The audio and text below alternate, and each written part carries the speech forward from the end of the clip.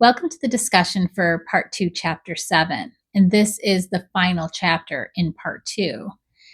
It's a rather long chapter and there's a lot going on. When we see Raskolnikov, he's on his way to the police station where at this point he intends to confess that he killed the pawnbroker. And he runs into a crowd in the street who's gathered around a carriage because there's a man that has just been run over by the carriage. And this is right when he happens upon this accident on his way to the police station. And so he pushes his way through and soon realizes that this is somebody that he knows. This is Marmeladov, the character from earlier on in the book that he had met in the bar, who had told him his life story about being married to Katerina Ivanova, and because he could never get hold of his alcoholism, has basically drunk away all their money, lost his job. His daughters had to turn to prostitution. His daughters basically supporting them and, forced to be a prostitute. And Raskolnikov had helped Marmeladov home that night because he was too drunk. And remember, he had left the money on the windowsill for Katerina Ivanova so that she could feed the kids.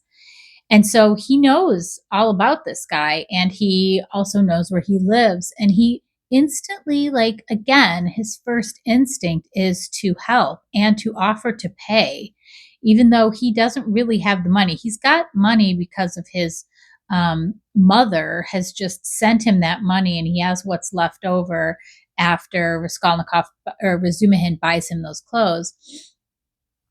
But he's offering to pay again, kind of trying to bribe the policeman, like how he had done when he ran across that prostitute, where he's like, "Oh, I'll pay for her carriage," where it's like, the policeman doesn't need somebody to pay for a carriage. But that's what he's like, I'll pay. He's doing it again. He's slipping the policeman money and telling him he'll pay. And there's all these people who are more than willing to pitch in and volunteer. They're carrying him. And he's, even though they're already doing it, he's still like, I'll pay. So it's just interesting that this is his first instinct is to offer to pay people to help, and that he wants to help. He's completely not thinking about himself anymore. All he cares about is Marmeladov. He is offering to pay for a doctor. He's like, let's get him to his house because he'll die before he gets to a hospital. I'm sure that there's probably a doctor living in that boarding house where he lives. Let's just get him there. His wife is there. So that's what they do. They carry him home, and Katerina Ivanova is there pacing back and forth, talking to her kids about oh, I'm going to be staying up all night washing your clothes. And where's your father? I'd want to just wash his clothes with yours. When she hears all the commotion in the hall and they're bringing him up, and Raskolnikov notes he's kind of surprised because she is very high strung, that she isn't being high strung in this moment. In this moment, she really pulls it together, and she is going into nursing mode, where she's taking care of him, and she's helping and not screaming, I guess is probably what people would have expected. And there's people crowding in from, the original accident out on the street. Now there's people from the boarding house that are crowding in all over the place. And in comes her landlady, who she has a very contentious relationship with this landlady, who's a German. Fyodor Dostoyevsky tends to note if somebody is German. So she's a German lady, and they kind of have words. And Katerina Ivanova, I think because she's a German, has this very haughty attitude towards her, and is calls her by her German name, Ludwigovna, instead of Ivanova, which is what the landlady wants to be referred to as Amalia Ivanova. But Katerina, just to get under her skin, keeps calling her by the German name of Ludwigovna, and kind of acting like, I'm better than you. And she's the landlady's get this guy to a hospital. I'm a landlady. I don't want people dying in my place or being sick. It's all this commotion. And Katerina Ivanova is he's dying. Just let him die in peace. And everybody kind of like backs off a little bit and, gives him some space. And Raskolnikov is noting that Katerina Ivanova does kind of have command of a room and that people do kind of respect her, even though she's kind of flighty and over the top. And at this point, Marmeladov comes to. He's conscious again. The doctor comes and the doctor's like, yeah, this guy's going to die. He's only got like 5 or 10 minutes left. And Raskolnikov's like, there's nothing you can do. And he's like, no. And so Marmeladov asks for a priest, and a priest has already been sent for. So the priest comes right about then and gives him last rites. And there's this little prayer, and Katerina Ivanova has her kids on their knees praying. And then as the priest is about to leave, Katerina Ivanova lashes out, and she's lashing out, and she's basically like questioning, like, what am I going to do to feed my kids? And he's like, well, God is merciful and he'll provide. She's like, well, what has he provided me so far? He's provided me this husband who's drank everything away and made our life a misery. And now I'm not even going to have him. And the priest is like, you need to forgive him. You need to not be saying these things. You need to forgive God. You need to be, in forgiveness, because what you're saying is sinful. And she regrets that she said it. She said it. She's lashing out. Of course, she's hurt. She's traumatized. And she's like, that, like, forgive me. I didn't mean it. It's just that I've been dealing with this for years with him. And she realizes that he's dying now, and she goes back, and he's trying to talk to her and he can't talk. And she knows what he wants to say to her. He wants to tell her that he's sorry. I'm sure she's heard it a million times before. But she's like, I know what you want to say, and kind of like just accepts his apology. He doesn't have to say it. She doesn't have to say anything. And she's like, I know. And then he notices his daughter, Sonia, who had been sent for. Katerina Ivanova had sent the little ones to run after and go get Sonia and get her here before her father dies. And luckily she does make it.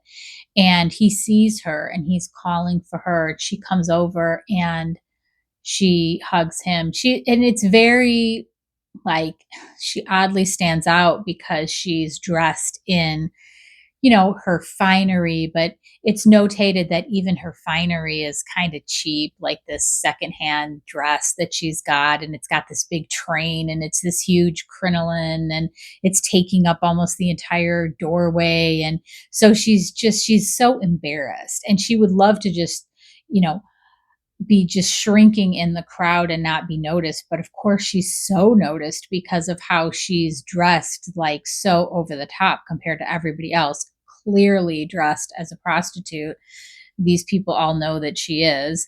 And so she's so embarrassed, but she's also, coming to see her father. And so she comes forward and she holds him, and he dies in her arms. And Raskolnikov, says to Katerina Ivanova, don't worry.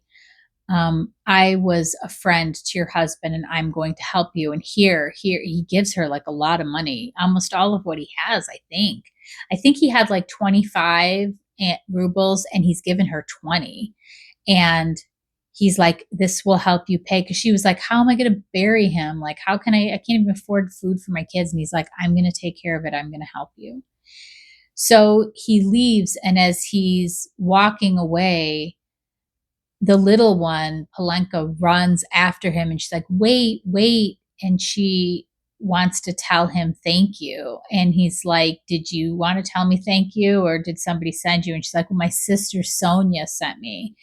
And he kind of smiles, and you can kind of see, like, this is the first instance where he's starting to really care about Sonia too. Like, he doesn't look at her like everybody else. He knows the backstory. He knows why she's a prostitute, and she's very beautiful, and he knows about her father, and he has an actual, like, he really cares about, he cared about Marmeladov. He really cares about Katerina Ivanova and those kids, and he cares about Sonia, and he knows what she's taken on, and he respects it.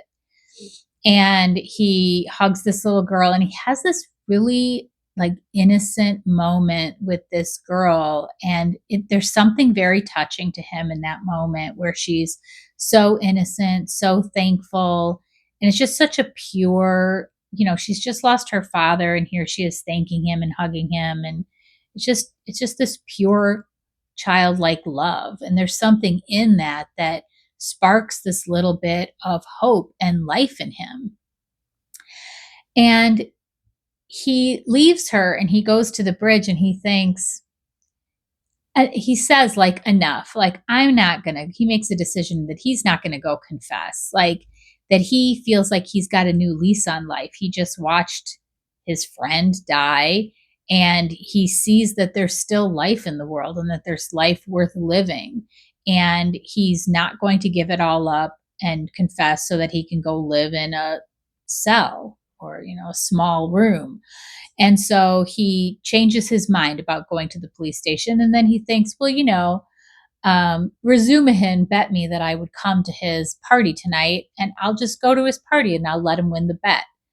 So he goes to Razumihin's and he's like, I'm not staying. I just wanted to come here so that you could win the bet. And he's in a good mood now, Raskolnikov. And Razumihin's like, hey, there you are. And he's like, well, if you're not going to stay and you're going home, I'll walk you home. I could use some fresh air. I was almost getting into blows in there with people. You wouldn't believe what they were saying. And he's really drunk. And he brings Zossimov out and he's like, Zossimov's here. Let him have a good look at you before you go. And Zossimov's like, oh, I'm glad that you're here because I had this powder prepared for you and now I can just give it to you. And it's, probably a sleeping powder, something to like really, help him sleep so that he can really get some rest and recover. And so Zossimov gives it to him. Raskolnikov takes it right there. And so they're walking home. Razumihin is drunk and saying too much.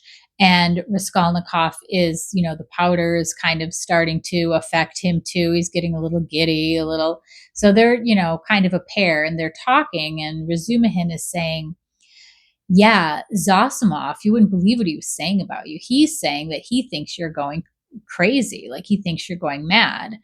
And Raskolnikov's like, really? And Razumihin's like, yeah, because he talked to Zametov. And he's like laughing about how Zametov had told everybody, or at least told Razumihin about the story about his interaction with Raskolnikov in the restaurant, where Raskolnikov had kind of like tried to freak him out, like make him think that he was the murderer, and then kind of like put it in his face, like too on the nose with, oh yeah, and also I'm dressed in new clothes and I've got money, which of course Razumihin he knows the story of that, which is it's from his mother. Razumihin's the one who got the clothes. And so that, then Zametov's like, oh, he was just trying to play me all along. And so he's telling this story to Zossimov, and Zosimov's like, I think this guy's going a little nuts. Like he's acting really odd and kind of delirious and out of fever, and like something's going on with this guy. And he said to Razumihin's telling Raskolnikov, he told me to get you talking and then tell him what you said. And Razumihin's like, oh, I'm saying too much. Like, I'm not supposed to say the plan. I'm just supposed to get you talking and then tell him. But now I'm telling you what I'm supposed to be doing. So you're not going to be talking. So it's just, because Razumihin's little tipsy at this point. So Raskolnikov is like, like kind of taking notes. It's like, and what does he expect? He has been acting odd. So they get to his apartment, and now the powder is really kicking in. The sleeping draught that Zossimov had given him is really kicking in. And, it's like, who's carrying who up the stairs? They're both like a little, having trouble. So they're kind of, going up the stairs back and forth. And then they notice that there's light under the door, like somebody's in his room. And Raskolnikov's like, that's weird. And so Raskolnikov believes that it's the police, that the police have been in his room, searching his room, and that they're waiting for him to arrest him. That's what he's expecting. So he says to Razumihin, let me shake your hand. I want to say goodbye to you.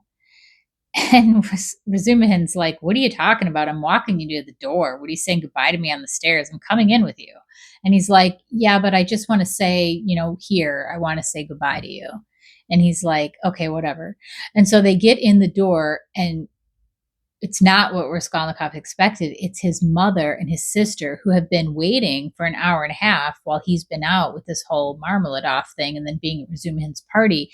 And he's like shocked, and then thinking, well, I shouldn't be shocked. Like, they told me they were coming. Like, why wasn't I expecting them at any minute? And like, of course they are coming to Petersburg. Of course they're going to come see me. Like, none of this has even registered for him that they would be coming to see him. And so he's like just kind of a little bit dumbfounded, but also the powder is really kicking in. And they surround him. They've been crying because Nastasia's in there telling them the whole story about how, oh my gosh, he's been so sick and delirious, and then he just disappeared. I don't know where he went, and he's in no condition to be, walking the streets of Petersburg. And they just thought the worst. So when he walks in, they're so relieved because they've been crying and worrying. And so they surround him, and they're just like, oh my gosh, there you are. And he's just hands by his sides, no reaction, and he faints. And Raskolnikov, is fainting because he's like under this drug now. I mean, it's a very powerful dosage of sleeping agent that he's been given. And so Razumihin's like, oh, let me get him up on the couch. I got it. He's kind of like, he's fine. He's fine. He's like, Razumihin's been nursing him for like a week or more, and he's like taking Dunya's arm and he's grabbing her and pulling her down. And it said like he almost dislocated her arm. He's like, look, he's fine, because he's really drunk. And they know all about him because, of course, Nastasia has been telling them like, oh, it was all bad until Razumihin showed up. And this guy Razumihin, he's just the best, and he's been taking care of him. And so they're like, oh my gosh, and here's Razumihin, and they're so grateful for him. And so that's where the chapter ends. So we will see, that's where the chapter ends, and that's where part 2 ends. So when we're back together again, we will be in part 3, chapter 1, and we'll see what happens now that his mother and his sister are in Petersburg. That also changes the landscape a little bit and changes how Raskolnikov feels, having them close and nearby. So we'll see how that affects his mood. And stay tuned when I see you in chapter 3, part 3, chapter 1. See you there.